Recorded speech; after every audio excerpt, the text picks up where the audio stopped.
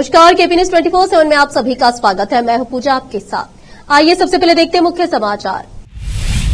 बीदर में कर्नाटक कॉलेज के समीप Macfix computer sales and service centre का मोहम्मद फिरोज खान और मोहम्मद नवाज खान के हाथों हुआ उद्घाटन। बेंगलुरु को 2-3 साल में नहीं बदला जा सकता, राजधानी की विकास योजना पर बोले कर्नाटक के उप मुख्यमंत्री शिव कुमार। पुरानी पेंशन योजना को लागू करने के लिए आवश्यक कदम उठाए जाएंगे, बोले कर्नाटक के उप मुख्यमंत्री डीके शिव कुमार। महाराष्ट्र के उप मुख्यमंत्री की कार को बम से उड़ाने की धमकी मामले में पुलिस की कार्रवाई, बुल्ढाना से 2 गिरफ्तार। प्रधानमंत्री आज 98वें अखिल भारतीय मराठी साहित्य सम्मेलन की शुरुआत करेंगे। 71 साल बाद दिल्ली में आयोजन। एक्शन मोड में दिल्ली सीएम रेखा गुप्ता, पूर्व मुख्यमंत्री और मंत्रियों के व्यक्तिगत स्टाफ की सेवाएं की खत्म।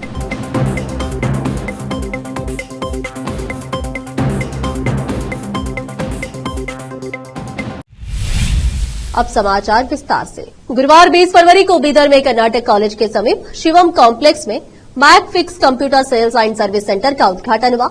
Bidar district Waqf advisory committee के चेयरमैन व एनएसयूआई के नेशनल कोऑर्डिनेटर मोहम्मद फिरोज खान और बीदर वार्ड नंबर 32 के काउंसलर मोहम्मद नवाज खान ने रिब्बन काटकर इसका उद्घाटन किया। इस अवसर पर मुख्य अतिथियों में टाउन पुलिस स्टेशन चौबारा की पीएसआई सैयदा तस्लीमा और Javed Ahmed class 1 contractor, Waseemul Haq chairman, Nida group of institution Umar Shaikh chairman, Sunrise group of institutions Pinto और सैयद नदीम उपस्थित थे। Macfix computer sales and service centre के मालिक माजिद खान ने सभी अतिथियों का स्वागत किया और उनका सम्मान भी किया।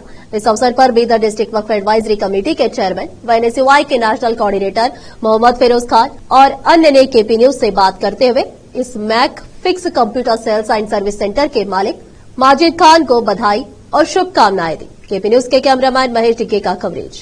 देश विदेश और स्थानीय समाचारों के लिए केपी न्यूज 24/7 को लाइक, शेयर, सब्सक्राइब करना न भूलें। धन्यवाद। कर्नाटक के उप मुख्यमंत्री डीके शिव कुमार ने गुरुवार को बेंगलुरु में सड़क परियोजना और हरित क्षेत्रों के विकास की योजना के बारे में जानकारी दी। उन्होंने कहा कि उचित सड़कों, फुटपाथों और हरित क्षेत्रों की योजना बनाने में असफल होना बेंगलुरु के लिए बहुत बड़ा नुकसान होगा। बेंगलुरु महानगर पालिका बीबीएमपी द्वारा सड़क निर्माण पर आयोजित एक कार्यशाला में डिप्टी सीएम ने कहा कि बेंगलुरु को 2-3 साल में नहीं बदला जा सकता, यहां तक कि भगवान भी ऐसा नहीं कर सकते।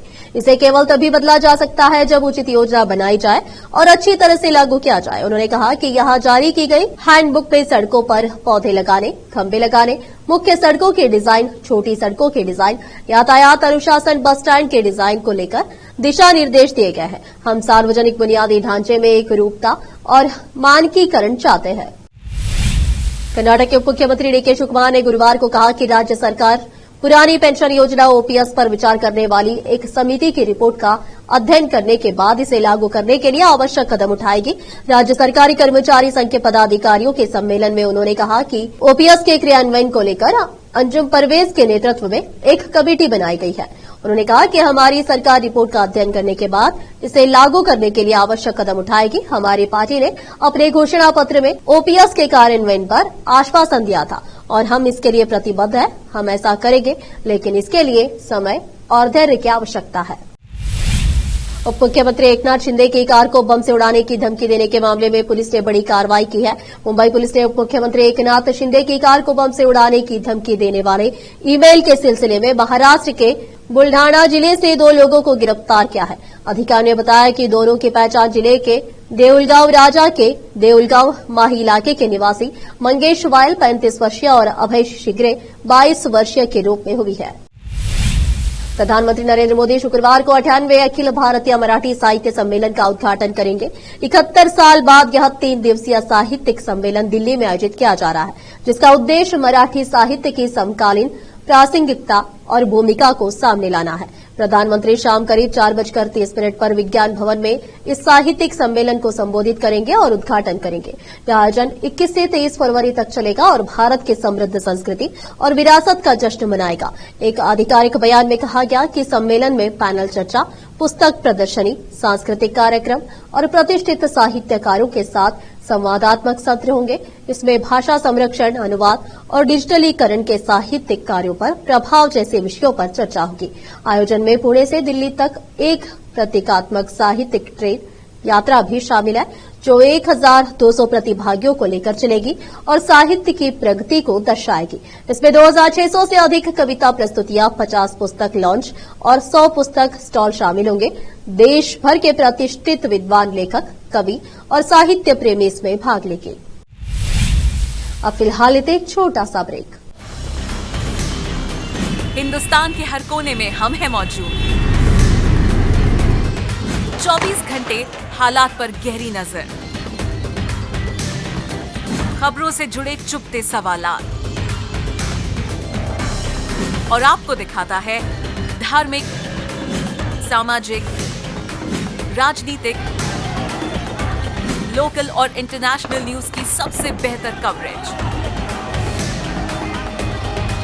जो आपको रखती है हर पल बाखबर। देश और दुनिया भर की खबर के लिए देखते रहें KP news 24/7। Noor education trust Bidar की ओर से चलाए जाने वाला Noor MEd and BEd college Bidar, recognised by NCTE Delhi and affiliated to Bidar University, Bidar. Admission are open for the academic year 2024-25. विशेषज्ञ और सक्षम शिक्षकों द्वारा शिक्षा प्राप्त करने के लिए नूर एमएड एंड बीएड कॉलेज में दाखिला लें और शांत वातावरण में शिक्षा प्राप्त करें। बीदर शहर में बेहतर शिक्षा का एकमात्र केंद्र Noor MEd and BEd college, Shahpur gate, Bidar. Phone numbers 9945283920, 8482221297।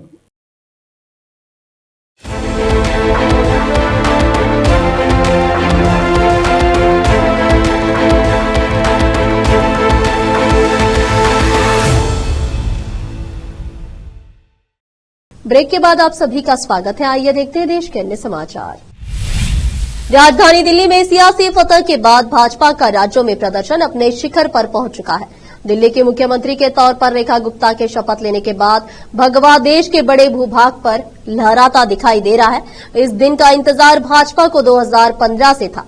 Bhajpa Lok Sabha की 7 सीटें जीत रही थी, लेकिन असेंबली में उसे आम आदमी पार्टी के हाथों शिकस्त झेलनी पड़ रही थी।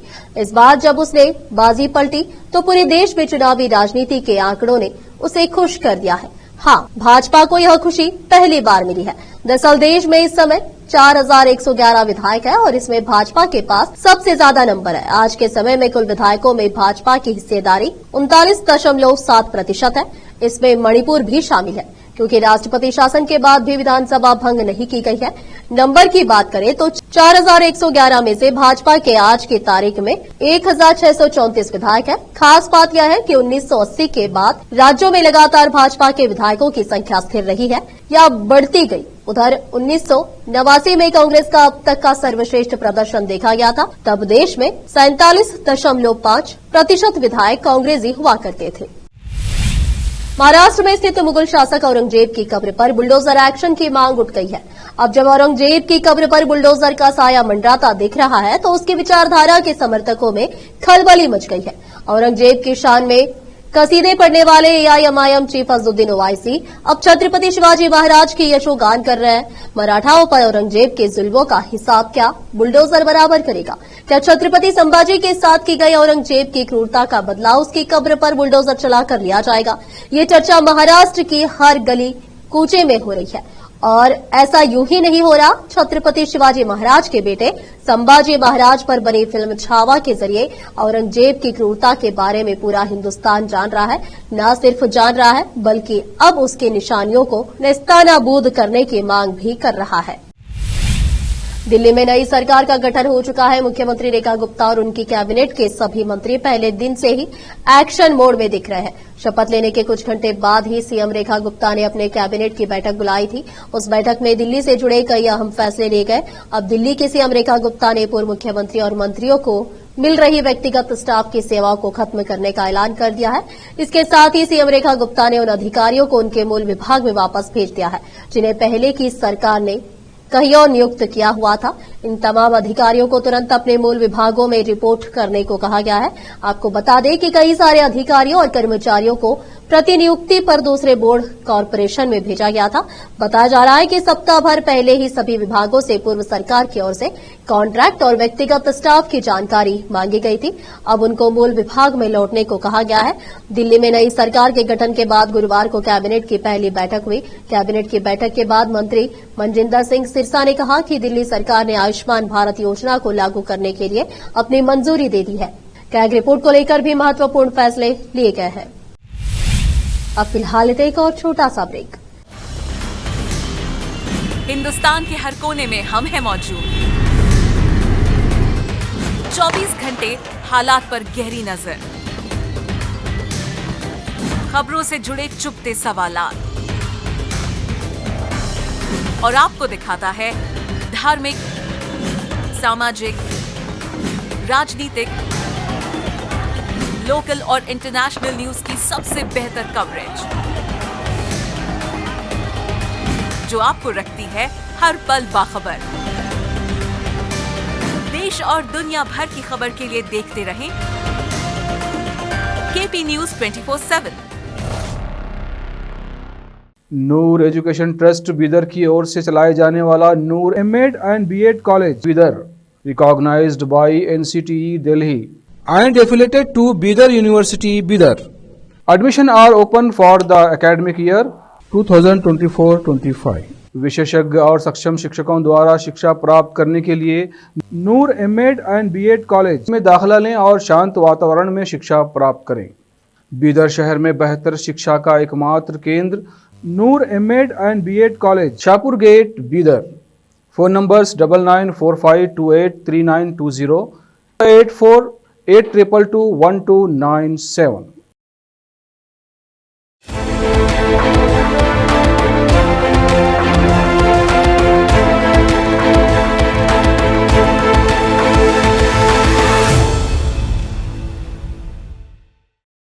ब्रेक के बाद आप सभी का स्वागत है। आइए देखते देश के अन्य समाचार।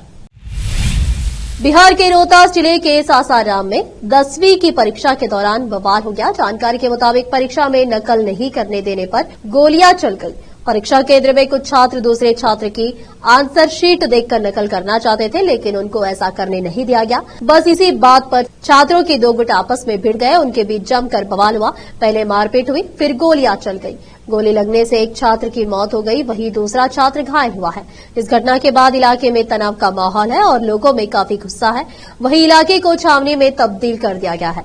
वहां भारी पुलिस बल भी तैनात है। पुलिस ने हथियार के साथ एक नाबालिग को हिरासत में ले लिया है। दिल दहला देने वाली ये घटना धौदार थाना क्षेत्र के है। मारे गए छात्र का नाम अमित कुमार है।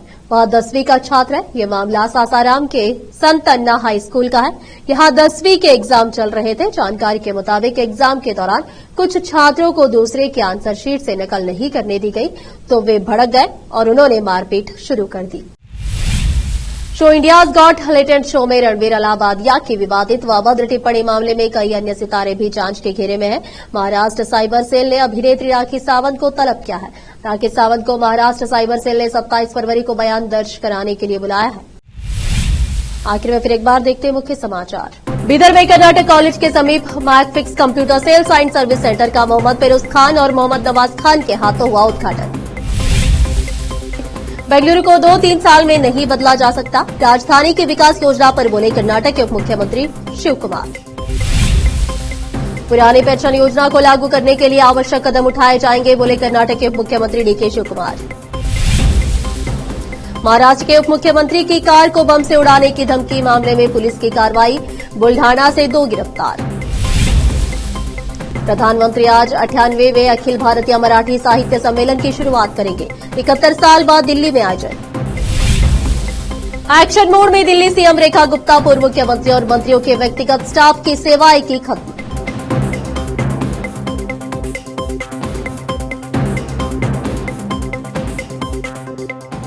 देश प्रदेश और स्थानीय समाचारों के लिए देखते रहिए आपका अपना चैनल केपी न्यूज 24/7। अधिक जानकारी के लिए चैनल को लाइक, शेयर, सब्सक्राइब करना ना भूलें। धन्यवाद।